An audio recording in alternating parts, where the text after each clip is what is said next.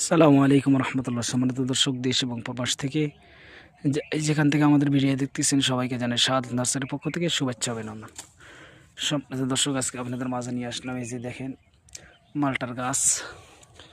এই যে গাছগুলো দেখেন কত সতেজ এবং সুন্দর, একদম প্রিমিয়াম কোয়ালিটির গাছ।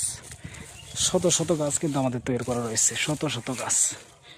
এই যে দেখেন থোকায় থোকায় ফল, থোকায় থোকায় ফল।